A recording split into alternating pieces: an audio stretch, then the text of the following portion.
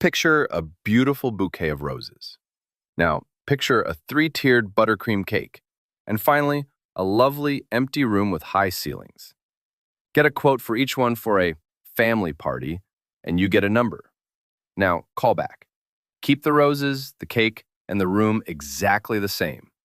But this time say one little word, wedding. Suddenly, every price tag seems to inflate. It's the same stuff, so why does that single word seem to cost you thousands of extra dollars? This isn't just a feeling, it happens across the board. Ask a florist for 10 centerpieces, and you might get a simple price per table. But ask for 10 wedding centerpieces, and the quote transforms. Suddenly it includes an hour-long design consultation, a pre-event venue walkthrough, and a dedicated day of crew for installation and breakdown. The photographer who shoots events by the hour suddenly only offers full-day packages. The anniversary cake becomes a wedding cake, with a mandatory tasting session and premium delivery service. The word itself seems to trigger a whole new level of service and a whole new level of cost. Now, the first thing vendors will tell you, and they're not wrong, is that weddings are simply more work, a lot more. A corporate holiday party doesn't usually require the DJ to attend a ceremony rehearsal. A 50th birthday party doesn't need a photographer to build a minute-by-minute timeline coordinating with 3 other vendors. Wedding professionals become project managers. They create complex plans for rain, for traffic, for a power outage. That extra planning, the endless emails, the coordination meetings, all of that time is a real cost that gets bundled into the price. And then there's the pressure. A birthday cake can be a little late. An anniversary DJ can have a technical glitch. But for a wedding, there are 0 do-overs. The stakes are sky high. That's why a wedding photographer carries 2 of every camera and lens. That's why the catering company has backup staff on call. They carry more liability insurance because the cost of failure isn't just a refund, it's a ruined, once-in-a-lifetime memory. So yes, part of the wedding tax is really an insurance premium you're paying for peace of mind. But these 2 factors still don't fully explain the size of the price leap. So here's the hidden economic logic. The word wedding isn't just a descriptor. It's a secret handshake. It's a signal you send to a vendor that tells them exactly who you are. A high-stakes, emotionally invested, one-time buyer. You have spent months, maybe years, dreaming of this day. The social pressure is immense. Your greatest fear, according to survey after survey, is that something will go wrong. And that powerful fear of regret makes you, in economic terms, a customer with highly inelastic demand. That's a fancy way of saying you are far less sensitive to price.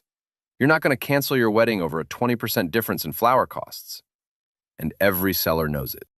This allows vendors to use a classic strategy called price discrimination. It's not as sinister as it sounds. It just means charging different prices to different customers for the same product. Airlines are masters at this. The business traveler who books last minute pays a fortune for the same seat as the vacationer who booked 6 months ago. The wedding industry does the same. That corporate client asking for the ballroom on a Tuesday can easily move their event. You, with your save the dates already mailed for a specific Saturday in October, cannot. You have less power, more emotional investment, and therefore you get the premium price. And the industry is big enough to have perfected these tactics. In the US alone, wedding services are a $70 billion a year machine. A market that massive doesn't run on gut feelings. It supports entire sub-industries of specialized planners, designers, and consultants. It fuels the development of sophisticated software that helps venues manage inquiries and optimize pricing. This isn't just a collection of small-town bakers. It's a highly professionalized industry where pricing strategies are tested, shared, and refined to maximize revenue from every single date on the calendar. And that calendar is the ultimate source of their power. Think about a popular venue. It has 52 Saturdays in a year. But nobody gets married on New Year's weekend or in the dead of January. The prime season, late spring and early fall, has maybe 20 to 25 Saturdays. That's their entire premium inventory for the whole year. It's an incredibly scarce resource. When demand is concentrated on a few golden dates, like a Saturday in October, now the most popular month, the price is going to soar. Booking the same venue on a Friday or in February can often save you 20 to 40%, simply because you're not competing with everyone else for that one perfect spot. Don't just take our word for it. Consumer reporters have tested this for years. They send two identical emails to vendors.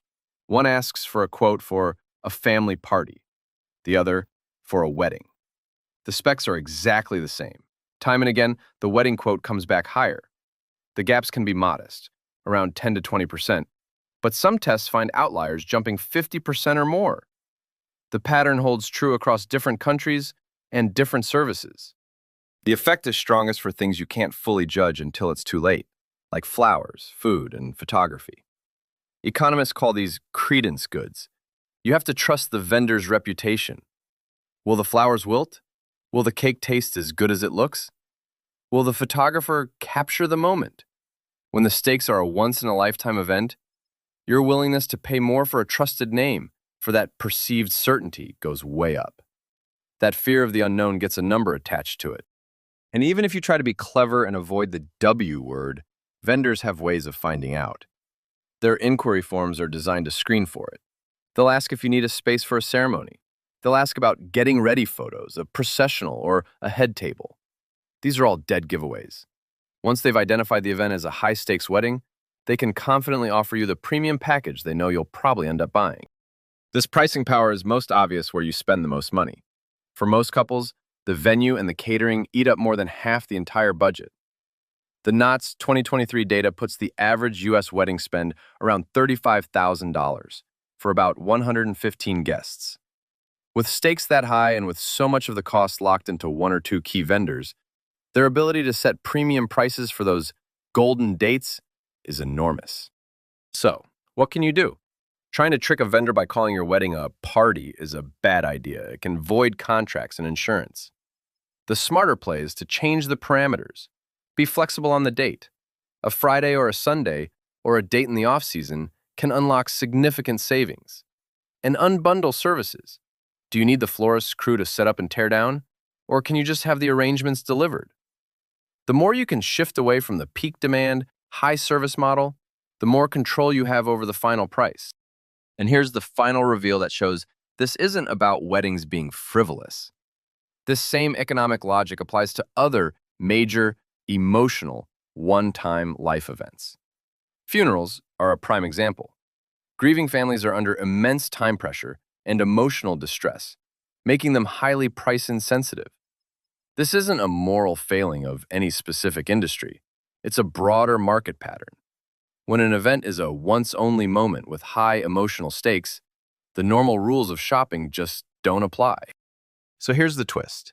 You might think you're paying for roses, a chicken dinner, and 4 hours of dancing. But what you're really paying a premium for is certainty. You're buying a promise that on this one unrepeatable day, the cake will arrive on time, the photos will be perfect, and everything will go smoothly. The word wedding doesn't just describe the day, it prices the promise.